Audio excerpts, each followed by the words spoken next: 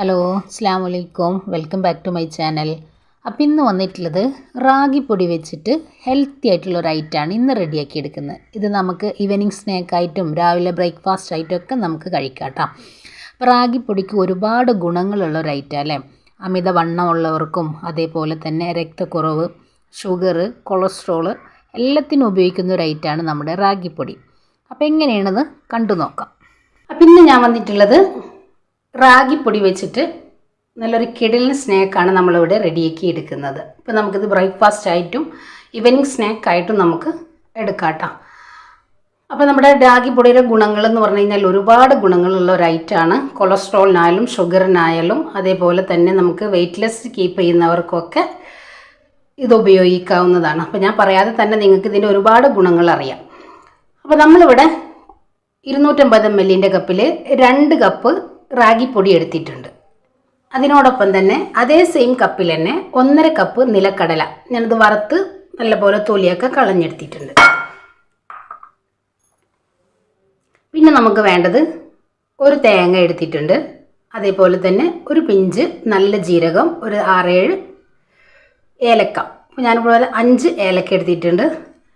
പിന്നെ നമുക്ക് വേണ്ടത് മധുരത്തിന് ആവശ്യമായിട്ടുള്ള ശർക്കരപ്പാനി. ഞാനിപ്പോൾ ഇവിടെ 3 അച്ച് ശർക്കര നമ്മൾ മെൽറ്റ് ചെയ്ത് എടുത്തിട്ടുണ്ട്. അപ്പോൾ ഇത്രയും മതി നമുക്ക് ഐറ്റംസുകൾ. അപ്പോൾ ഇത് വെച്ചിട്ട് നമുക്ക് നല്ലൊരു കിടിലൻ ഐറ്റം റെഡിയാക്കി എടുക്കാം. അപ്പോൾ ഇത് നമുക്ക് ഷുഗർ ഉള്ളവർ കാണുന്നുണ്ടെങ്കിൽ ശർക്കര പാനി ഒഴിവാക്കി നമുക്ക് സാധാരണ പച്ചവെള്ളത്തിൽ ഈ പൊടി ഒന്ന് നനച്ചെടുക്കാം. അപ്പോൾ ഇതെങ്ങനെയാണ് റെഡിയാക്കണമെന്ന് നോക്കാം. അപ്പോൾ ഇതാ നമ്മുടെ പൊടിയിലേക്ക് ആവശ്യമായിട്ടുള്ള ഉപ്പ് ചേർത്ത് കൊടുക്കുക. ഉപ്പ് നമ്മൾ ശർക്കരയിൽ ഉപ്പുണ്ടായിരിക്കും, അപ്പോൾ നോക്കിയിട്ട് നമുക്ക് ചേർത്ത് കൊടുക്കാം. ഉപ്പ് ചേർത്ത് നമ്മൾ ഒരു സ്പൂൺ വെച്ച് നമുക്ക് നല്ല പോലെ ഒന്ന് മിക്സ് ചെയ്ത് എടുക്കാം. ഇനി ഇതിലേക്ക് ഒരല്പം ശർക്കര പാനി ഒഴിച്ചു കൊടുക്കുക.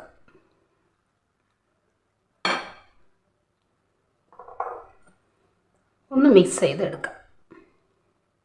നമുക്കിത് വാഴയിലയിൽ ഒന്ന് പരത്തിയെടുക്കാനുള്ള ആ ഒരു പരുവത്തിൽ വേണം നമുക്ക് ഈ ഒരു പൊടി ഒന്ന് കലക്കിയെടുക്കാനായിട്ട്.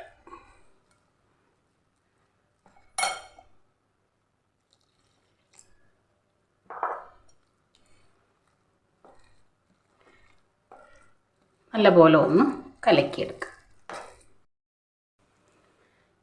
അപ്പോൾ ഇതാ നമ്മൾ നല്ലപോലെ മിക്സ് ചെയ്ത് എടുത്തിട്ടുണ്ട്, കണ്ടില്ലേ.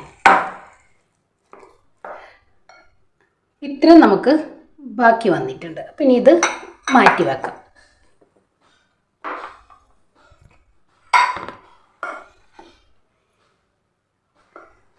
ഇനി ഞാനിതാ ഒരു വാഴയിലയിൽ ഒരല്പം എണ്ണ ഒന്ന് തൂത്ത് കൊടുത്തിട്ടുണ്ട്.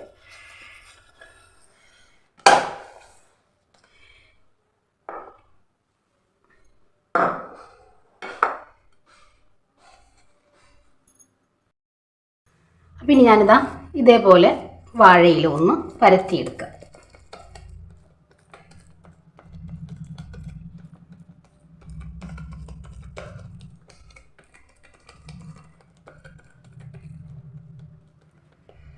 ഇനി നമുക്കിത് ഒരു പാനിലേക്ക് ഇട്ടിട്ട് ഒന്ന് ചുട്ടെടുക്കാം.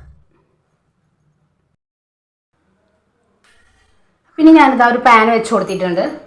അതിലേക്ക് നമുക്ക് പരത്തി വെച്ച കൊടുക്കാം. ഒന്ന് റെഡി ആയതിന് ശേഷം നമുക്ക് വാഴയിലങ്ങ് മാറ്റിയെടുക്കാം.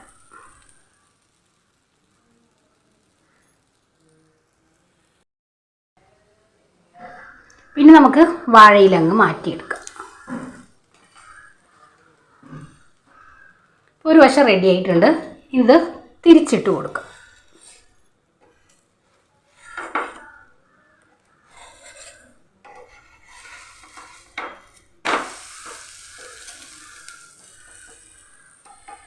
ഇനി അടുത്തതും ഇതേപോലെ ഒന്ന് പരത്തിയെടുക്കാം. അപ്പോൾ ഇതിവിടെ റെഡി ആയിട്ടുണ്ട്. ഇനി നമുക്കിത് എടുത്തു മാറ്റാം.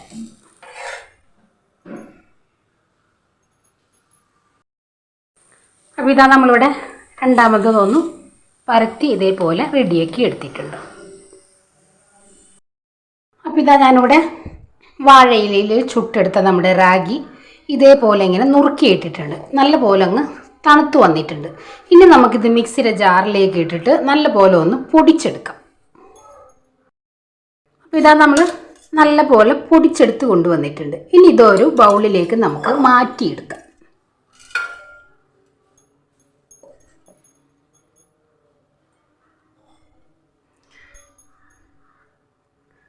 അപ്പോൾ ഇതാ നമ്മൾ പൊടിച്ചൊരു ബൗളിലേക്ക് മാറ്റിയെടുത്തിട്ടുണ്ട്. ഇനി ബാക്കിയുള്ളതും കൂടെ നമുക്കിതിലേക്കൊന്ന് പൊടിച്ച് ചേർക്കാം.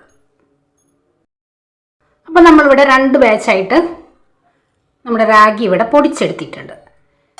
ഇനി നമുക്ക് മിക്സിയുടെ ജാറിലേക്ക് നമ്മൾ എടുത്ത് വെച്ച നമ്മുടെ തേങ്ങ, ഏലക്ക, ജീരകവും കൂടെ ഇതിലേക്ക് ചേർത്ത് കൊടുക്കാം.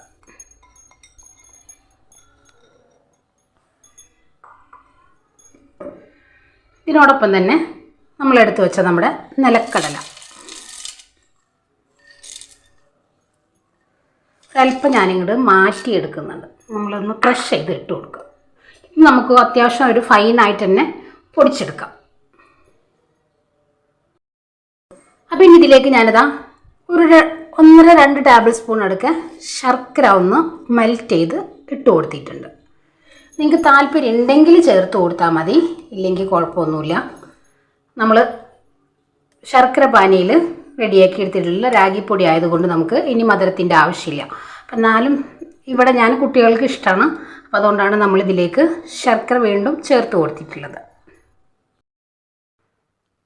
അപ്പോൾ ഇതാ നമ്മൾ തേങ്ങയും കപ്പലണ്ടിയൊക്കെ കൂടെ മിക്സ് ചെയ്ത് എല്ലാം ഒന്ന് മിക്സ് ചെയ്ത് റെഡിയാക്കി വെച്ചിട്ടുണ്ട്. ഇനി നമുക്കിത് ഓരോ ഉരുളകളാക്കി ഒന്ന് ഉരുട്ടിയെടുക്കാം.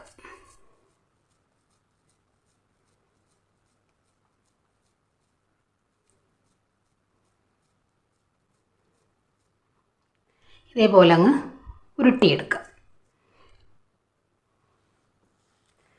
ഇനി നമുക്കിതൊരു 10-15 ദിവസം നമുക്കിത് പുറത്ത് സൂക്ഷിക്കാം കേട്ടോ.